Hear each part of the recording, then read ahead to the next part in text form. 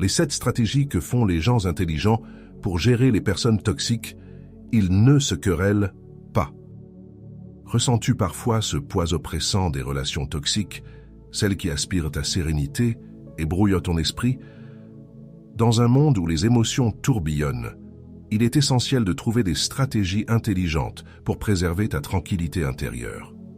Les mots peuvent blesser, mais la sagesse réside dans la manière de gérer ces interactions nuisibles. Tu crois avancer vers la paix, mais tu tournes en rond, piégé dans un cycle d'émotions incontrôlées et de tensions non résolues.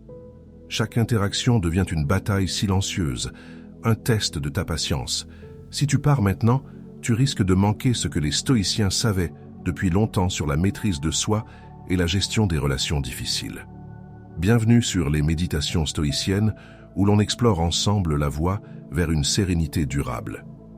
Prends un moment pour réfléchir et si tu souhaites découvrir des méthodes profondes et sages pour gérer ces relations, abonne-toi à notre chaîne Les Méditations Stoïciennes. Laisse-nous un like si tu cherches la paix intérieure. En cultivant la sagesse et la tranquillité, tu pourras transformer chaque interaction en une opportunité d'évolution personnelle. Découvrons la première leçon. Gérer les personnes toxiques avec sagesse intérieure. L'écran qui clignote, poste 14. Au guichet, on te renvoie pour la 2e fois récupérer un document que tu pensais déjà avoir. La file avance lentement, l'air est sec et la voix de l'employé reste tranchante. Tu sens monter cette irritation sourde face à un étranger qui semble se complaire dans la rigidité du règlement. Souvent, tu réponds en soupirant, en argumentant ou en te justifiant encore. Et plus tu t'expliques, plus tu t'épuises. Ta frustration devient alors ton seul souvenir de la scène, alors même que l'autre repart indifférent. Face à ces personnes, ta réaction est ton seul domaine de contrôle. Les stoïciens appelaient cela distinguer ce qui dépend de toi de ce qui n'en dépend pas. L'attitude d'un autre t'échappe, mais ton choix de réponse t'appartient pleinement. Comme le disait Marc Aurèle, rejette l'opinion que tu es lésé, et la lésion elle-même disparaît. Autrement dit, si tu retires l'idée que quelqu'un t'a fait du tort, ton calme ne dépend plus de lui. La vibration du plafond. Tes nouveaux voisins font des travaux depuis 3 semaines et te promettent que c'est bientôt fini depuis 15 jours. Chaque matin, les marteaux reprennent leur cadence et ta patience s'amenuise. Là encore, tu subis une nuisance que ni tes plaintes ni ton agacement ne feront cesser plus vite. Dans ces 2 situations, un même sentiment d'impuissance se fait sentir. Au lieu de résister à ce qui échappe à ton pouvoir, concentre-toi sur ce qui relève de toi, ton ton de voix, ta respiration, ta décision de ne pas entretenir la colère. Concrètement, ça veut dire poser une limite claire ou changer d'espace quelques minutes plutôt que ruminer sans fin. Je choisis ma réaction. Pour affronter ces moments, retenons ces phrases boucliers. Je gère ce qui m'appartient. Ce n'est pas sous mon contrôle.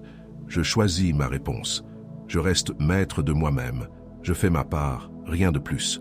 Comme le rappelle Sénèque, sois ce que tu veux paraître. Concrètement, ça veut dire que tu incarnes déjà le calme que tu voudrais voir autour de toi. Voilà ce qui se joue quand tu refuses d'offrir ton énergie à ceux qui s'en nourrissent. Cette semaine, applique-le à une seule interaction difficile et observe comme l'épuisement recule aussitôt un peu.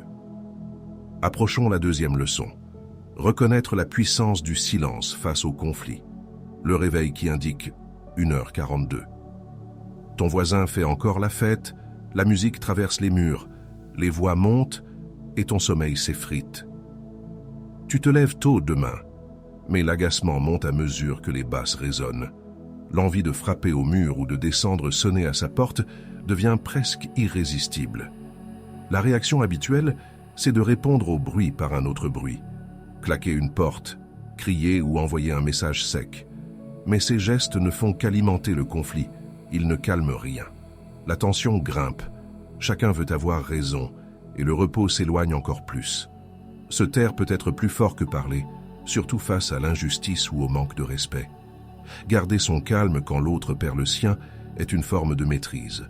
Comme le disait Épictète, nous avons 2 oreilles et une seule bouche, afin d'écouter davantage et de parler moins. Autrement dit, Choisir le silence quand tout pousse à réagir n'est pas faiblesse. C'est refuser d'ajouter du désordre au désordre. La boîte aux lettres ouvertes. Tu découvres un avis de redressement fiscal injustifié pour 3 000 €. L'erreur saute aux yeux, mais le courrier reste froid et impersonnel. Là encore, la colère surgit. On se sent lésé sans raison valable et l'envie d'exploser par téléphone se mélange à l'incompréhension.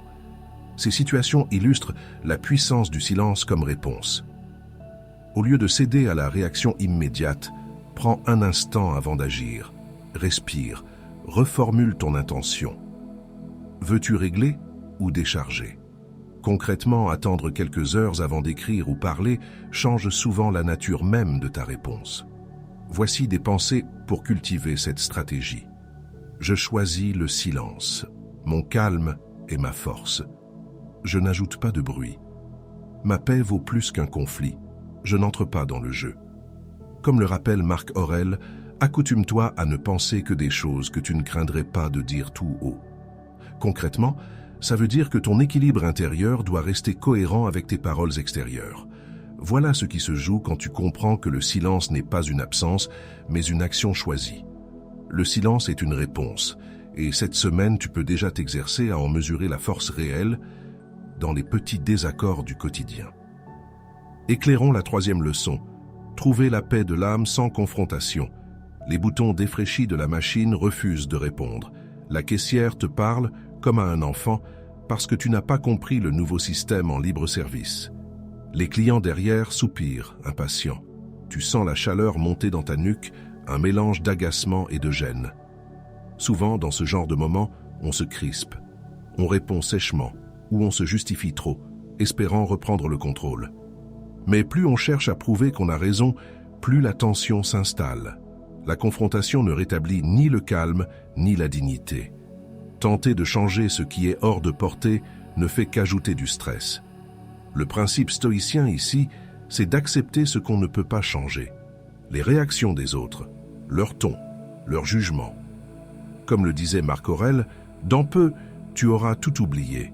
Dans peu, tous t'auront oublié. Autrement dit, ce moment passera vite et n'aura d'importance que si tu décides de lui en donner. L'écho du haut-parleur résonne encore dans ta tête, alors que tu repenses à cette injustice subie au travail qui t'empêche de dormir. Tu refais mentalement la scène, les mots qu'on t'a adressés injustement. Tu cherches comment réparer ce qui t'a semblé inéquitable, mais chaque pensée tourne en rond et t'épuise davantage. Lâcher prise peut être la clé pour retrouver la paix. Au lieu de ruminer ou d'imaginer des représailles, prends un pas de recul. Concrètement, cela veut dire reconnaître ta frustration sans agir sous son impulsion. Répète-toi simplement « Je laisse aller ce qui n'est pas sous mon contrôle ». Pour pratiquer le lâcher-prise, disons-nous « Je lâche prise sur l'inutile. Ce n'est pas mon combat. Je choisis de passer à autre chose. Je me concentre sur l'essentiel. J'accepte ce que je ne peux changer. » Comme le rappelle Sénèque, ce n'est pas parce que les choses sont difficiles que nous n'osons pas, c'est parce que nous n'osons pas qu'elles sont difficiles. Concrètement, ça veut dire que refuser l'apaisement par peur d'avoir l'air faible rend tout simplement les situations plus dures qu'elles ne devraient l'être. Voilà ce qui se joue quand tu choisis la paix plutôt que la confrontation. Tu gardes ton énergie pour ce qui compte vraiment. Cette semaine, observe chaque tension comme une occasion d'appliquer cette simple phrase « Je laisse aller ce qui n'est pas sous mon contrôle ». Explorons la quatrième leçon. Intelligent choix pour préserver notre bien-être. Le ronronnement sourd du métro. Dans la cohue, quelqu'un te pousse violemment et t'accuse d'avoir commencé. L'air est lourd, les épaules se frôlent et la tension monte aussitôt. Tu sens l'envie de répondre, de rétablir la vérité sur le champ. La réaction habituelle, c'est de s'emporter. On veut prouver qu'on n'a rien fait, qu'on a raison, mais cette impulsion ne change rien, elle ajoute juste une couche de stress à une situation déjà désagréable. À vouloir tout contrôler, on s'épuise. Faire face aux imprévus avec calme est une preuve de sagesse. Le principe est simple, fais ta part, puis lâche ce qui dépasse ton champ d'action.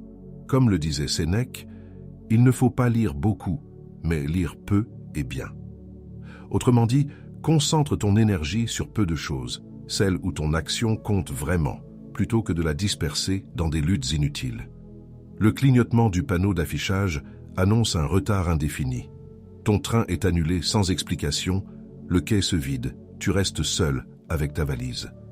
L'agacement revient vite. Tu avais prévu ta journée aux minutes près. Pourtant, aucun reproche ne fera réapparaître le train. Les choix que nous faisons influencent directement notre bien-être. Au lieu de ressasser l'injustice ou d'accuser le hasard, choisis d'occuper ce temps autrement. Lis quelques pages utiles, écoute quelque chose qui t'instruit ou respire simplement en silence. Concrètement, cela revient à appliquer la phrase ancrage. Je fais ce que je peux, puis je lâche prise. Pour faire des choix intelligents, gardons ces phrases à l'esprit. J'ai fait ce que je pouvais. Je ne contrôle pas tout. Je me concentre sur l'instant présent. Je garde ma sérénité. Je laisse aller ce qui est hors de ma portée. Comme le rappelle Sénèque, ce qui doit être redouté, ce n'est pas la mort, c'est de ne jamais commencer à vivre. Concrètement, ça veut dire que ton énergie vaut mieux employer à agir qu'à ruminer ce qui t'échappe. Voilà ce qui se joue quand tu reconnais ta part et t'y tiens. Tu choisis tes batailles et préserves ton équilibre intérieur. Cette semaine, entraîne-toi à dire calmement « j'ai fait ma part », puis passe à autre chose sans culpabilité. Franchissons la 5e leçon. Quand la tranquillité devient notre meilleure arme, le crépitement de la feuille sous ses doigts, le médecin lit tes résultats, relit, puis te demande de t'asseoir. Le ton est calme, mais son regard cherche ses mots. Dans ce moment suspendu, tout ton corps se tend, et tu sens la peur monter comme une vague froide. Souvent, on réagit en imaginant aussitôt le pire. On se met à anticiper des scénarios catastrophes, à chercher frénétiquement des réponses sur Internet, à appeler plusieurs personnes pour obtenir un avis. Mais cette agitation ne change rien aux faits. Elle épuise simplement ton énergie et brouille ton discernement. Quand tout semble s'effondrer, la tranquillité intérieure est un refuge. Les stoïciens rappellent que le calme n'est pas une fuite, mais une maîtrise. Garder son sang-froid quand tout vacille autour de toi. Comme le disait Marc Aurèle, ne dis pas « j'ai perdu cela », mais « je l'ai rendu ». Autrement dit, tu ne contrôles pas ce qui t'est retiré, mais tu contrôles toujours la manière dont tu le rends. Le silence qui s'installe. Tu réalises que tu vis depuis des années pour plaire à quelqu'un d'autre. Un parent exigeant, un supérieur difficile à satisfaire, ou un ami dont l'opinion t'importe trop. Ce constat te serre la gorge. Pourtant, c'est dans ce vide que commence un espace de liberté.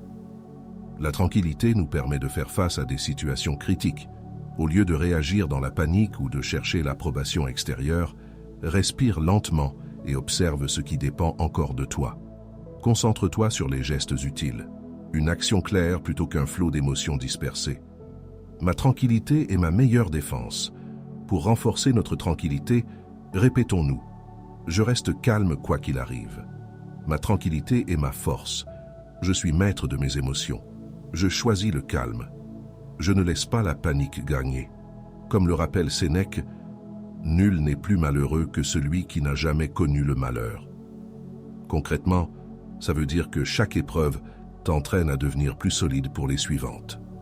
Voilà ce qui se joue quand tu comprends que ton calme n'est pas une faiblesse, mais une protection active. En pratiquant cette semaine même cette retenue lucide, tu découvriras que ta sérénité agit mieux que n'importe quelle défense immédiate.